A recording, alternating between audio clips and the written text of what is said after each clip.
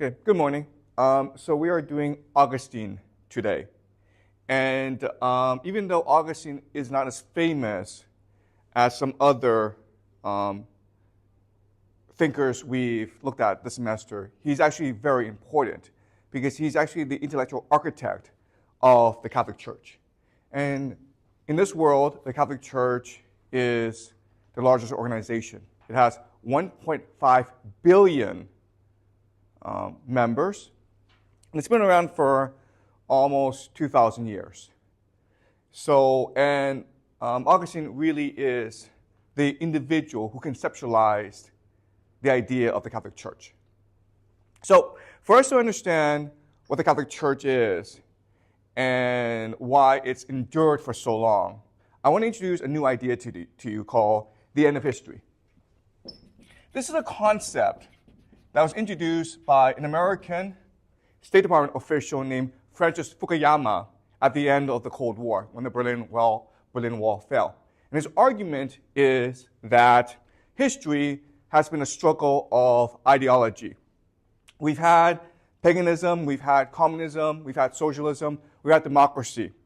And through this dialectic, through this constant struggle of ideas, we have now reached the end of history where liberal consumer democracy is the best idea. Not only is it the best idea, but it's the perfect idea that will allow us to endure for the rest of history. Therefore, it is the end of history. Now, of course, we know this idea is wrong. But what's interesting for us is this has been a recurring theme in human history, where every major political leader who's come to power has announced that this is the end of history, that all of history has led to this point where I am now ruler. And from now on, we can enjoy paradise on earth. Okay? So let's look at some examples that we looked at this semester. First example is King David, right? Remember that we discussed that when King David came into power, he sponsored the writing of the Bible as an apology to explain why he's king. And we also looked at the story constructed by the Yahwists, how Yahweh, the God, he builds the world because he's a poet, because he's lonely. And his history is a journey of Yahweh trying to find a good friend that could accompany him for eternity. And it turns out, eventually, he finds David. And so when he finds David, he anoints the house of David as the permanent rulers of our world.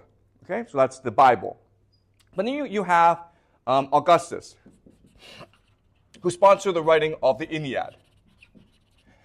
And remember, the Aeneid, it's really the journey of the Trojan hero Aeneas as he leaves Troy, and he is destined by the gods to found the city of Rome and the Roman Empire. And why does he do this?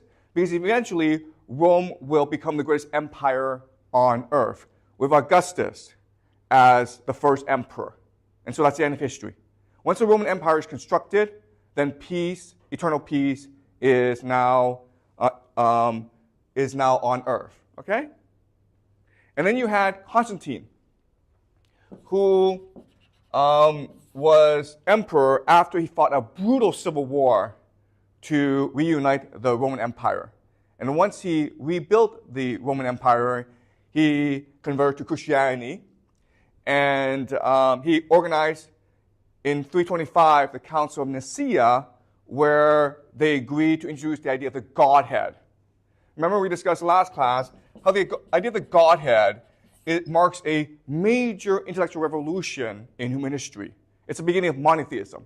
It's the idea that God is both everything and nothing, which is also the idea of empire. Okay? There's also a major civil war after Constantine dies. Another Roman emperor, Theodosius, comes to the throne, and in 380, he issues something called the Edict of Thessalonica, which established Christianity as the official religion of the Roman Empire. And when he does that, they begin to root out paganism and other religions. And at this point, you can also think this is the end of history. We've discovered Christianity, which will make paradise on earth.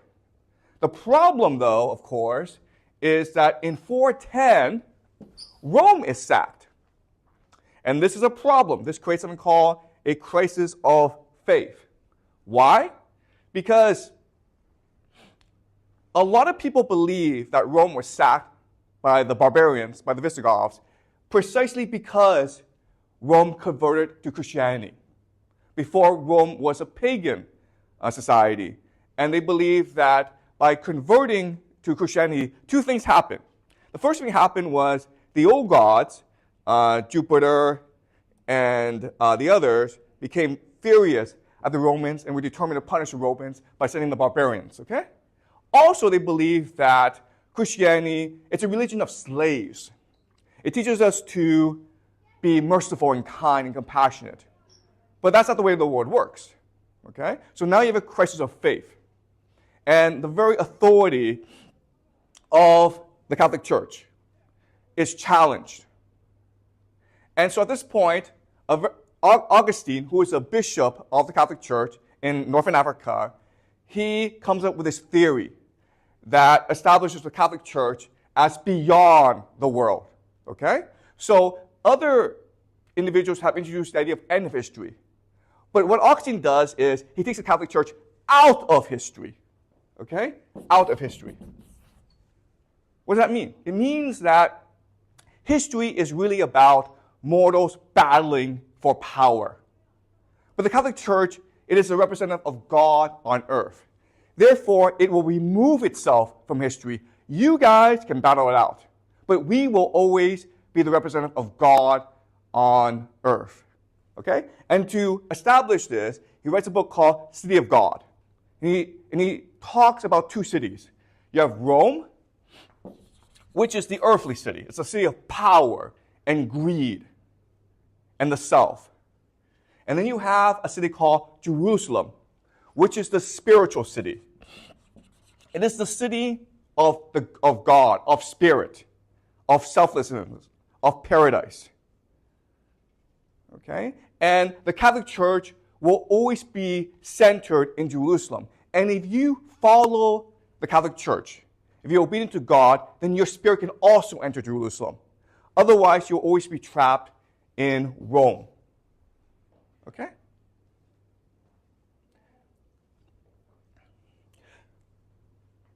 What he also does, that's very important, is by establishing this theory, he solves a major problem for political leaders. Remember, before David, Augustine, Constantine, whenever they came into power, they faced three major problems. The first is legitimacy. Why are you the king? The second is cultural cohesion. How do you unite the people behind a common ideology? The third problem was cultural differentiation. Why are you different from other people? Okay? And what the Catholic Church under Augustine proposes is, we'll solve all three problems for you. We, the Catholic Church, will give you legitimacy because you are the representative of God on earth. Okay? And that's why, even though in the following few centuries, there will always be power shifts, the Catholic Church will always be at the center of these power shifts because they are the ones who are able to provide authority and legitimacy to whoever comes into power. Like, for example, Charlemagne. Okay? So that's what Augustine is proposing. So today, what I want to look at are some of Augustine's writings to see what is the ideology or doctrine that underlies the Catholic Church. This is important for us because it is Augustine's ideology that will drive European history for the next 1,000 years.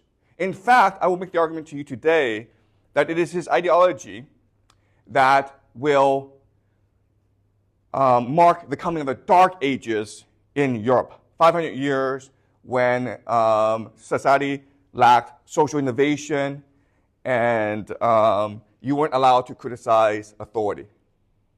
Okay? So that's the argument to you today. I'll sit over here. Oh, thank you. Okay. All right. Yeah. Sorry. Yeah. This is why I don't use computers. Okay. Yeah. It's fine. Okay. All right. So we are going to look at two major works of Augustine. The first is Confessions, and Confessions is very famous. It's something that most people would have heard of, and it's really the autobiography of Augustine. And in fact, it's considered really the first authentic autobiography in the world. And in the story, he talks about his life, where he grows up with a pagan father and a Christian mother named Monica. And in the beginning, he is a very disobedient young man. He refuses to follow the wishes of his mother and refuses Christianity. And he goes on a long journey of youthful sin, okay? He has a mistress who he doesn't marry. He explores heresies like Neoplatonism and Manichaeism. But then one day, he has what we call a Damascus moment, right? God speaks to him and says, Augustine, open the Bible. He opens the Bible, and this starts his religious journey. And at age 42, Augustine becomes the bishop of Hippo. And from then, he begins to construct the ideology that will underpin the Catholic Church. Okay? Now, for whatever reason, historians think this memoir is authentic, or he's telling the truth. And the one thing that you will learn in life is whenever a politician or a powerful individual writes a memoir, it's complete BS, okay? There's something authentic or true about it. So we're going to read a bit of Confessions, and this is really the most famous part of the Confessions.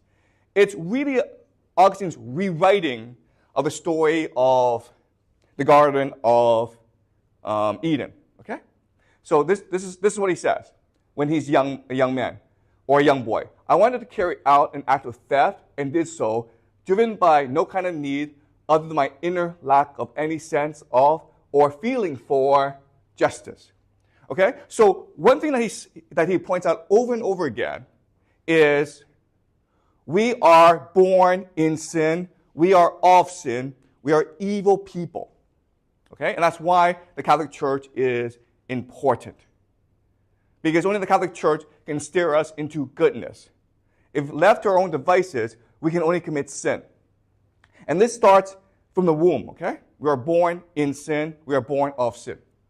I saw something which I had in plenty of much better quality. My desire was not to enjoy not what I sought by stealing, but merely excitement of thieving and the doing of what was wrong. Okay? Why do we sin? Because we enjoy sinning. Because that is our nature. When we steal, it is not because we're hungry or because we need something. It's because we enjoy stealing. Okay? It's pure pleasure. There's a pear tree near our vineyard laden with fruit, though attractive in neither color nor taste. Okay? So again, this is the retelling of the Garden of Eden, where there's a tree of knowledge, right? Well, here there's a pear tree. Okay? To shake the fruit off the tree and carry off the pears, I and a gang of naughty adolescents set off late at night after we had continued our game in the streets. We carried off a huge load of pears, okay? So they stole a huge load of pears from someone. He doesn't tell us who, but it's someone, okay? And then they didn't eat any of the pears. They just gave it to pigs. Okay? They just did this because they enjoyed sinning. Now, okay, let me make a few comments. First of all, we would think it's just boys having fun, right? They don't mean any harm by this. They're just playing. They're just being curious. They're just exploring, which is part of human nature, right? What Augustine is saying is that's exactly the problem. Curiosity can only lead to evil. Exploration can only lead to sin. That's why we commit sin, because we think curiosity is a good thing when in fact it's an evil thing that can only harm others. Okay? And the other thing is, this is clearly a retelling of the Garden of Eden story, right? Where Adam and Eve, they eat that fruit. And here, what Augustine is saying is, first of all, Adam and Eve are stealing. Okay? Stealing is not a word used in the Bible, okay? But Augustine is saying they are stealing. That's the first thing. Second thing is,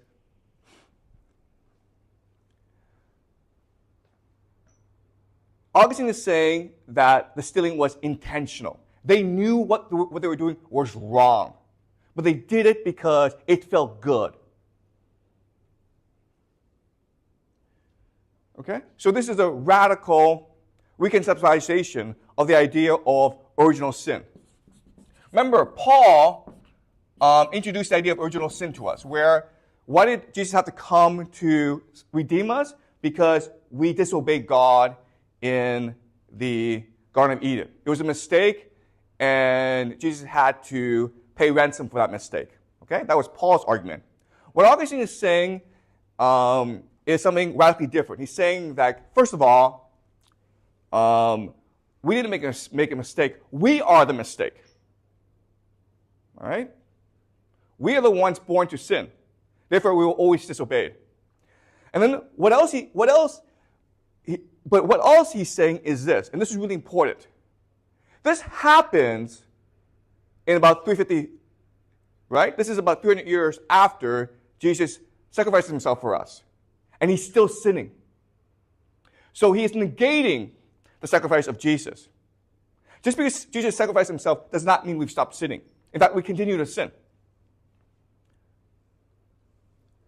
Okay? So, this is a radical reconceptualization of the Christian faith. We are born sinners and we will always sin unless we are taught to obey God. That is our fundamental mission on earth, to obey God. Okay?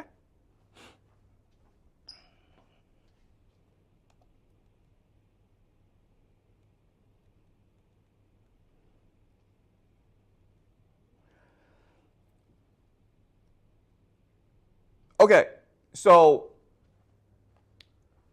let's go to the city of God now. And again, the city of God becomes the intellectual blueprint for the building of the Catholic Church. And one thing that he talks a lot about in the city of God is the idea of rape. And so what's happening throughout this time, and what was very common is, if a woman were raped out of wedlock, or if a woman were raped by her husband, what they will often do is kill themselves. Why? Because the Christian faith taught them that chastity was very important. Okay? And if you're the Roman Empire, this is a problem for you, right? Because you can't have women killing themselves because of rape. Rape happens all the time. If women kill themselves, then eventually you're going to have a population implosion. Okay? So actually, what Augustine will do is spend a lot of time explaining why rape is not a bad thing. Okay? So, to do so, he talks about Lucretia. Remember who Lucretia is. Lucretia, we discussed Lucretia when we discussed the history of the Roman Republic. At first, Rome was a monarchy, and the king's son, he was a sinful person, and he liked to rape other women. He liked to rape women. And Lucretia was famous in Rome for her chastity, for her virtue. So he thought it'd be fun to rape her. After she was raped, she called her husband and her husband's best friend named Lucius Junius Brutus together. And she made them swear that they will avenge her dishonoring. And they did. And to make sure that they would follow out on this. She took out a knife and she stabbed herself in the heart, killing herself. And this marks the beginning of the Roman Republic. So in the eyes of the Romans, her death, her suicide, is what gave birth to the Roman Republic. So she's honored and considered a hero by the Roman people. And what Augustine will say is, no, she's not a hero because she killed herself not for the good of Rome, but for her own vanity, for her own pride, for the fact that she lost faith. She was embarrassed. She didn't have the glory of being considered the most chaste and virtuous woman in Rome, and that's why she killed herself. And this is pride. This is arrogance. This is ego, which goes against the will of God. Okay? So let's look at very quickly what he's saying. What he's saying. Her killing herself, or suicide, because although not adulterous, she had suffered an adulterous embraces, was due to the weakness of shame. Okay? The weakness of shame. She died because she felt ashamed. Not to the high value she set on chastity. She was ashamed of another's foul deed committed on her, even though not with her. And as a Roman woman, excessively eager for honor. Okay? Pride. That's what killed her pride.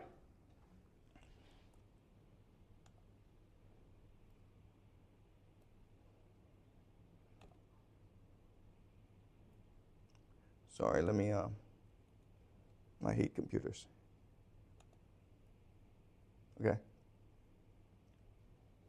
But Christian women do not kill themselves. If you are a true Christian, you would never kill yourself. Why? Because murder is a worse crime than rape. Also, rape is something that happens in the mind. It's not real. Christian women do not kill themselves.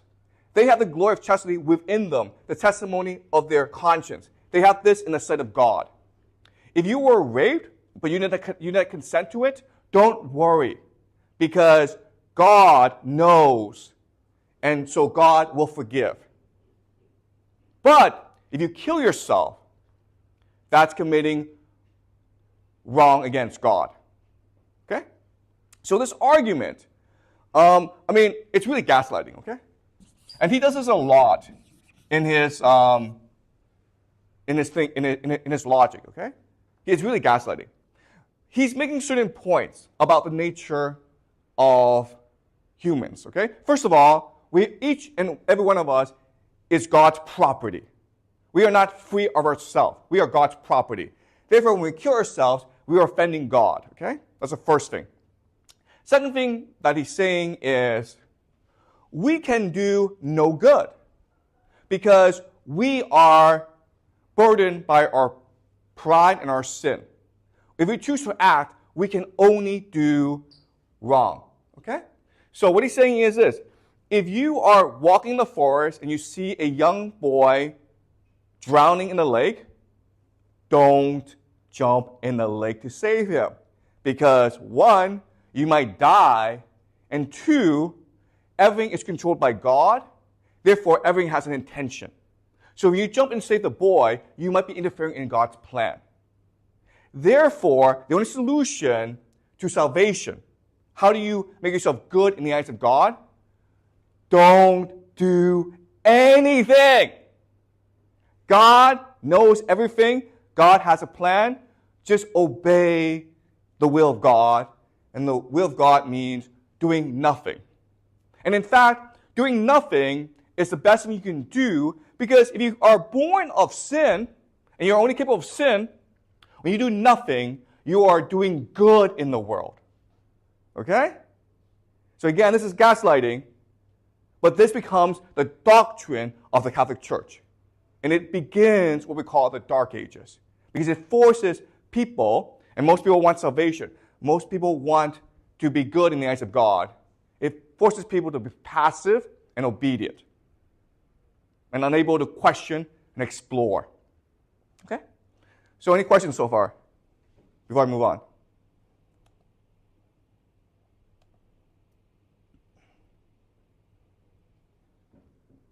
Okay, let's look at another line from the City of God.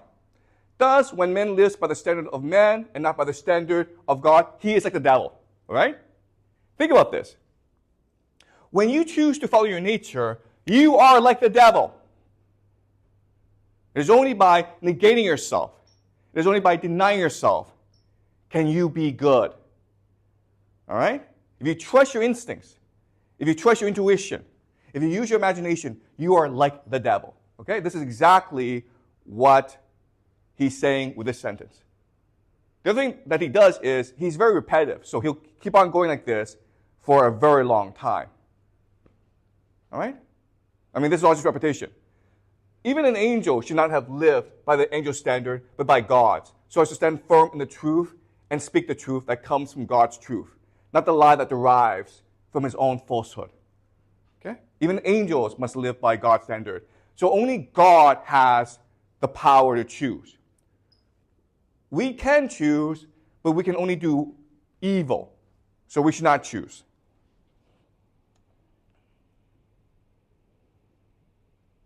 Okay? So this is so the thing about Augustine that's very important for us to understand is he studied rhetoric. And so he's very good at gaslighting. Okay? So twisting things in order to force your compliance. All right? So he says, when man lives by the standard of truth, he lives not by his own standard, but by God's. He's just repeating himself. Same sentence, but he just repeats it over and over. Okay? So why is he doing this? Why is he doing this? And any thoughts? What is the City of God? The City of God, Sorry, if I could turn the question back to you. Yeah. The one thing I'm curious about, both with the confessions and with the City of God, Yeah. is that at this point, who is his audience? Who is he writing for? That's a great question. That's exactly it. Who is his audience? Exactly.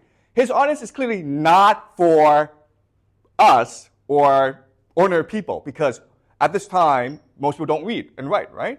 So his audience is actually for the priesthood. Okay? His audience are for those individuals who are about to be anointed by the Catholic Church to preach to the layman. And as a priest, you are forced to encounter a lot of theological issues, right? And so what Augustine is doing when writing City of God and Confessions is creating a rhetorical manual for the priests to basically gaslight their constituencies. Does that make sense? Okay, so think of this in many ways as the equivalent of the Confucian classics in China, right? So when you apply to become a bureaucrat in China, you have to take the Confucian examinations, right?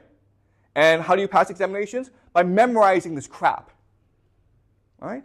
And if you look at it, if you think about it rhetorically, if you think of the underlying theories, it's really the same thing.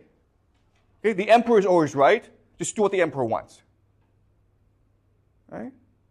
So this is in many ways, all it is a rhetorical manual that priests have to memorize if they are to become anointed by the church.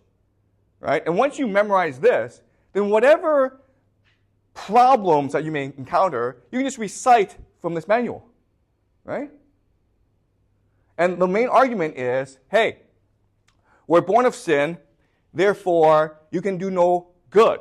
Even by asking questions, you are exposing the devil in yourself, right? Even by questioning the church, by asking me this question, you're showing the devil in you. And our responsibility, the only path of salvation in this world is by fighting the devil within us. Okay? So focus your attention on the devil within you. Ignore the fact that the world is corrupt and evil. Ignore the fact that the landlord is exploiting you. Ignore the fact that the Catholic Church is stealing from you. Okay? Ignore all that. That doesn't matter. What matters is the internal world in you. Life is a constant struggle against sin because the devil is in you. And you must purge the devil if you are to find salvation in God. Okay? So that's the logic of the argument. Any questions?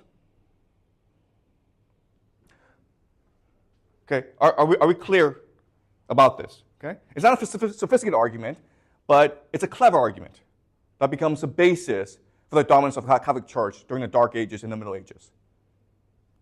All right. All right. Now what he's going to do, and this is very important, is he's going to analyze the story of Adam and Eve.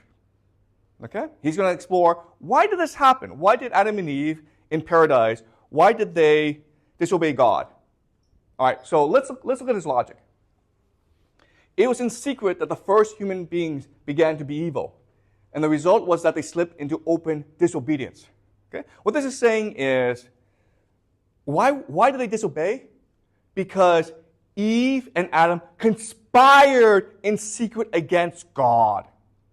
Does that make sense? Okay, that's what he's saying here. It was in secret, okay? They conspired. That the first human beings, Adam and Eve, began to be evil. It was because they talked to each other that they conspired to disobey God. All right? For they would not have arrived at the evil act if an evil will had not preceded it. Why did they do this evil act? Because they themselves were evil. All right? That's important to understand. They were not tricked by the serpent. They were not curious. They were just evil. For pride is the start of every kind of sin. And what is pride except a longing for a perverse kind of exaltation? Okay? They want to become God. The serpent told them that if you ate the fruit, you become God. That's what tempted them, okay? The pride. For it is a perverse kind of exaltation to abandon the basis on which the mind should be firmly fixed and to become, as it were, based on oneself and so remain. What this is saying is, pride means we are leaving God and becoming more of ourselves, okay? There's two ways you can go. You can move towards God, which means to obey God, or you can move towards yourself, okay, which is to sin. This happens when a man is too pleased with himself, and a man is self-complacent when he deserts that changes good in which, rather than him in himself, he ought to have found his satisfaction. Pride, okay? Pride makes us happy. It makes us ambitious, but it will blind us from God. This dissociation is voluntary, for if the will had remained unshaken in its love of the higher changes good, which shed on it light to see and kindle in it fire to love, it would not have been diverted from this love to follow its own pleasure. Okay? We abandon God. And the will would not have been so darkened and chilled in consequence as that the woman believed that the serpent had spoken the truth, and the man to put his wife's will above God's commandment. Okay? So here's the problem. The man listened to the woman. Adam was tricked by Eve. All right? And to suppose that this was a venial transgression when he refused to desert his life's companion, even though the refusal entailed companionship in sin. Okay? So Adam was forced to make a decision. Eve had already eaten that fruit. So either Adam could follow God and disavow Eve, or he could follow her in sin. He followed her in sin, and that's why we are doomed. Okay? So what doomed Adam? What doomed Adam? It was love. He loved Eve. And that's why he decided that, yes, yes, Eve is doomed, but I love her, so I must doom myself as well. That's why Adam ate the fruit, because he could not stand to leave Eve. He was blinded by his love. So what is this telling us? This is telling us that there's only one true love, and that's the love of God, which is obedience to God. Every other love, our love for each other, is a falsehood. Okay? It is a lie. It can only lead us to sin and disaster. Now let me ask you a question. Who else said this? Love can only lead you to disaster. It is a disease. You must deny it. You must recognize it for the disease that it is. Who else said this?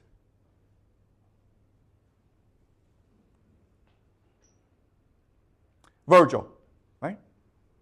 Virgil in the Aeneid, remember, talked about Dido. How Dido fell in love with Aeneas. And Aeneas fell in love with Dido. But then the gods tell Aeneas, obey us. Go to Italy so you may found Rome, which is your destiny. And Aeneas, because he's a pious man, abandoned his love and did his duty. So he was honored by the gods. But Dido became consumed by her love for Aeneas. And so she committed suicide. She destroyed herself. Love will destroy you. Love will blind you. Love is evil. Okay? Only obedience is good.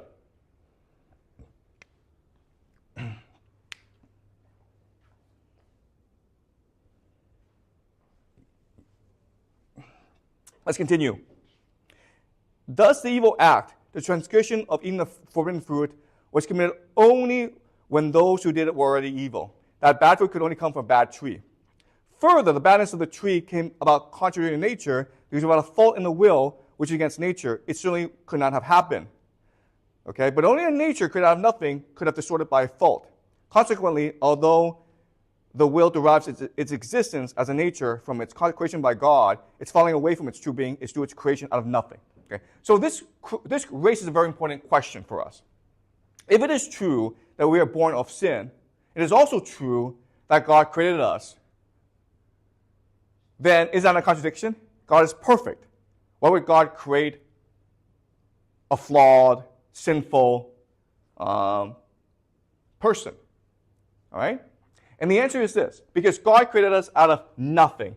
We are a creation out of nothing. In other words, we are a failed science experiment. We are in a science experiment gone wrong.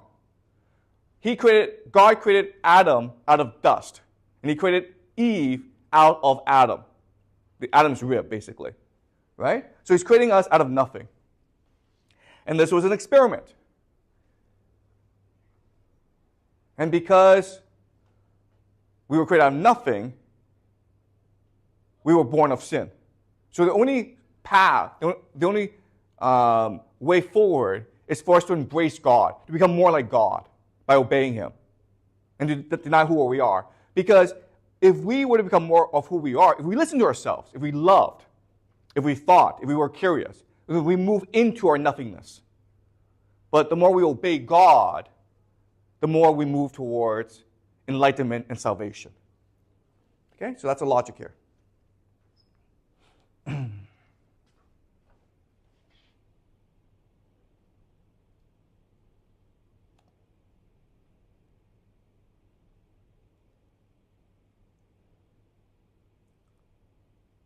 Okay, so he concludes. That is why humility, okay? Humility just means self-denial, self-negation, all right? Complete obedience. Forget who you are, it doesn't matter. Just obey God, which is the Catholic Church, right? Okay, so God really means the Catholic Church. This is why humility is highly praised in the city of God, and especially enjoined on the city of God during the time of its pilgrimage in this world. And it receives particular emphasis in the character of Christ, the King of that city. We are also taught by the sacred scriptures that the fault of exaltation, pride, the contrary of humility, exercises supreme dominion in Christ's adversary, the devil. Okay? So he's creating a dichotomy. In the city of Rome, in the city of earth, pride triumphs because that's the seat of the devil. In the city of God, humility triumphs because that's the seat of Jesus. This is surely the great difference that sunders the two cities on which we are speaking. The one is a community of devout men, the other a company of the irreligious, and each has its own angels attached to it. In one city, love of God has been given first place. In the other, love of self. Pride, ego, will. All this is found in the city of Rome. But in the city of God, the only thing that exists is humility and love of God. Okay?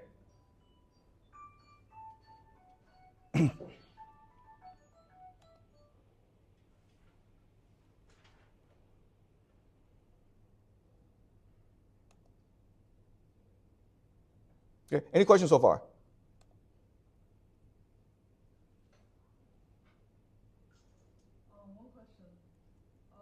Augustinus suggests that because it's after 300 years after Jesus died, right? Yeah. So Jesus can't even save us. Then why is God sending Jesus? Oh, that's a great question.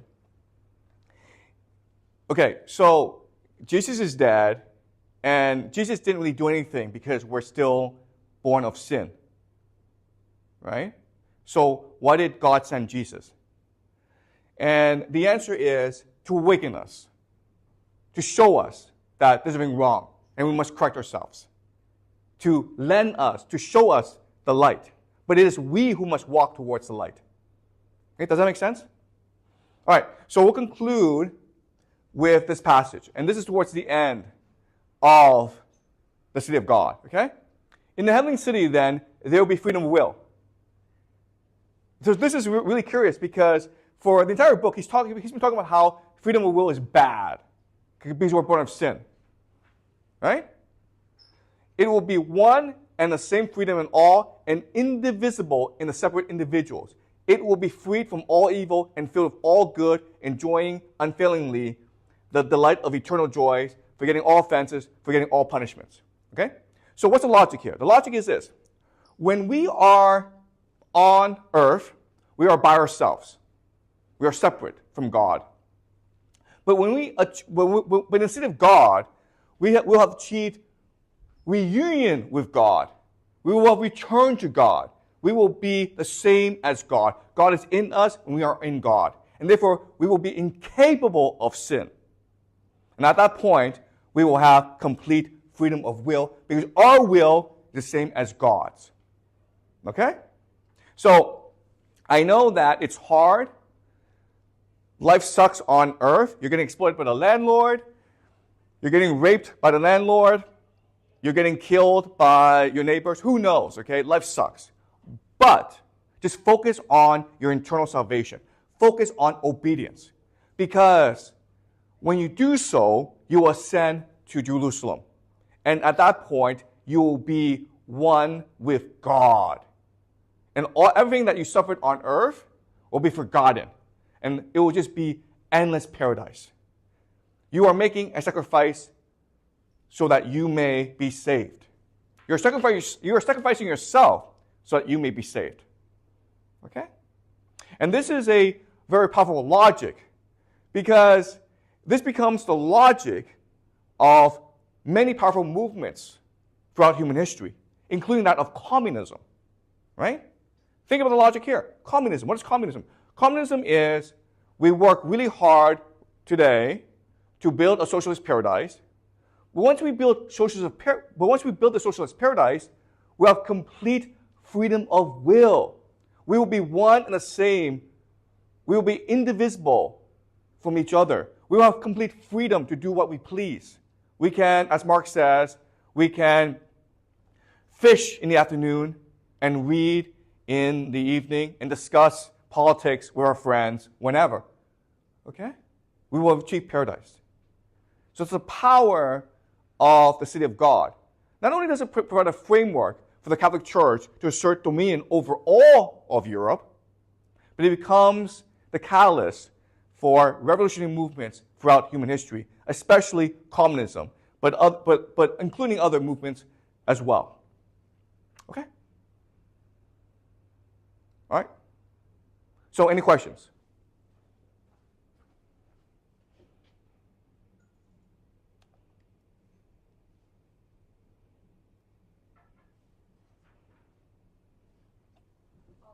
So, can you talk a bit more about who is Augustine, like his identity? Okay, you want to know more about the biography of Augustine, okay? All right.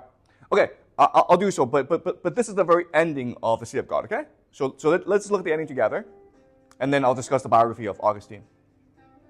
Yet it will not forget its own liberation, nor be ungrateful to its liberator, okay? So we have escaped this world of evil and of sin, and we are with God, who our great liberator. It will remember even its past evils as far as intellectual knowledge is concerned. But it will utterly forget them as far as a sense experience is concerned. Okay? So what this means is, yes, we will remember the pain we suffered on earth, but the pain will mean nothing. Okay? We will remember what we experienced, but we will not remember the pain. It will be eternal paradise. No more pain, no more suffering, no more sin. Okay? For the highly trained physician is acquainted with almost all diseases as far as they can be known in theory, while is ignorant of most of them in respect of personal experience, since he has not suffered from them. Okay? We will become God-like in our understanding. We will understand why we suffered. And then we will understand suffering means nothing because we are now united with God. Okay? Does that make sense? So that's the logic of the Sea of God and Augustine. All right, so now you want to know who this guy is. All right? So there's a lot of controversy over who he is.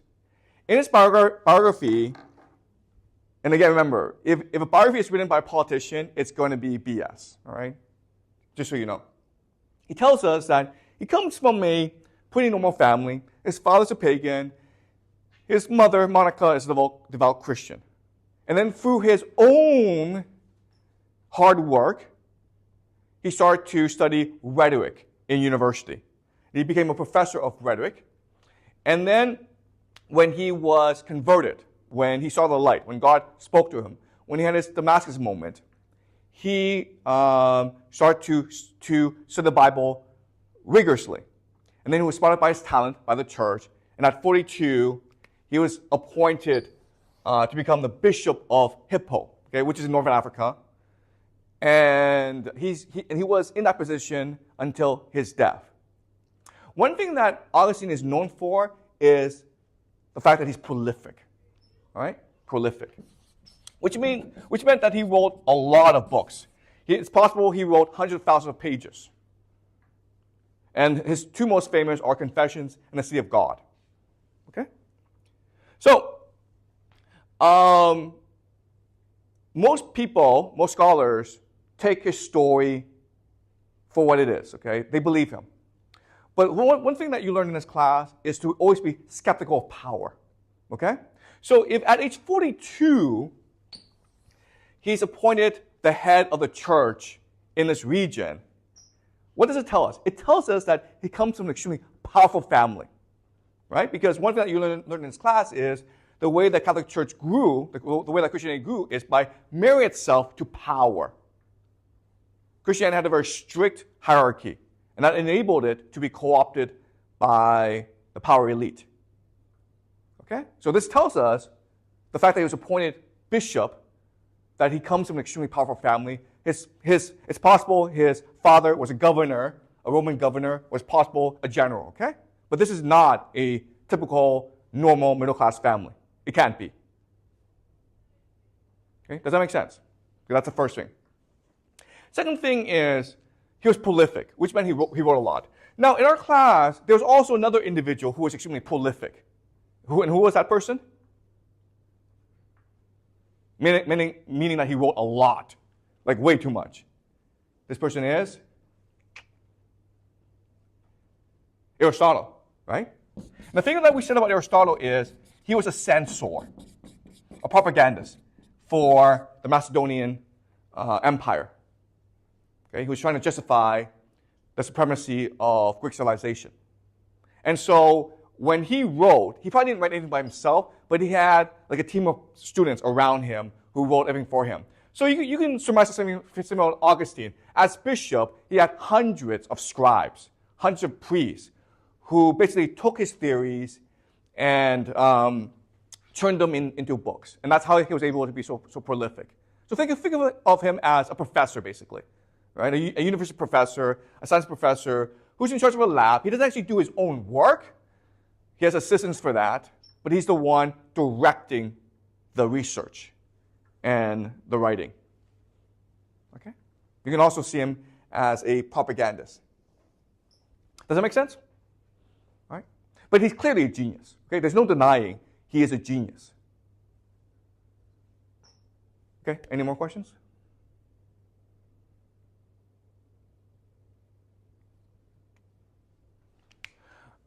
Okay, so even though this is all genius, it's only because they're an empire and they can gaslight their people.